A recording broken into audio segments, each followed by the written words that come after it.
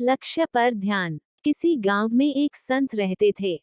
एक दिन एक गरीब किसान उनके पास पहुंचा। किसान ने कहा कि मेरे जीवन में कई तरह की परेशानियां चल रही हैं। मैंने जो लक्ष्य बना रखा है वहां तक पहुंच नहीं पा रहा हूं। मैं इधर उधर के कामों में उलझ जाता हूं और सब काम बिगड़ जाते हैं।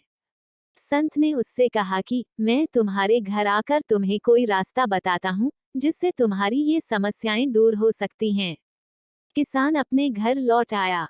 अगले दिन संत उस किसान के घर पहुंचे। उस समय किसान घर पर नहीं था। किसान की पत्नी ने संत का आदर सत्कार किया और उन्हें बैठने के लिए उचित स्थान दिया। महिला ने अपने पति को बुलाने के लिए बेटे को खेत भेजा।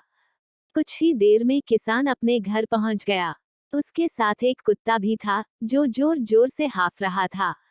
संत ने किसान से पूछा कि क्या तुम्हारा खेत बहुत दूर है? किसान ने कहा कि नहीं, मेरा खेत तो यहीं पास में ही है। आपको ऐसा क्यों लग रहा है? संत ने कहा कि मुझे ये देखकर आश्चर्य हो रहा है कि तुम और तुम्हारा कुत्ता दोनों साथ साथ आए, लेकिन तुम्हारे चेहरे पर बिल्कुल भी थकान नहीं है, जबकि तुम्हारा कुत्ता बुरी तरह से हाँफ रहा है। किसान बोला कि मैं और ये कुत्ता दोनों एक ही रास्ते से घर आए हैं। मेरा खेत भी पास ही है। मेरा कुत्ता थक गया है। इसकी एक वजह है। मैं सीधे रास्ते से चलकर घर आया हूँ, लेकिन ये कुत्ता आसपास के दूसरे कुत्तों को देखकर उनको भगाने के लिए दौड़ता भौंकता हुआ आया है। ऐसा ये बार बार कर रहा था।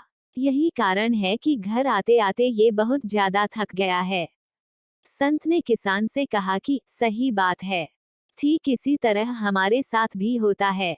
हम किसी काम को पूरा करने में लगे रहते हैं, तब हमारे सामने कई तरह की रुकावटें आती हैं। हमारी बुरी आदतें हमें काम को पूरा करने से रोकती हैं।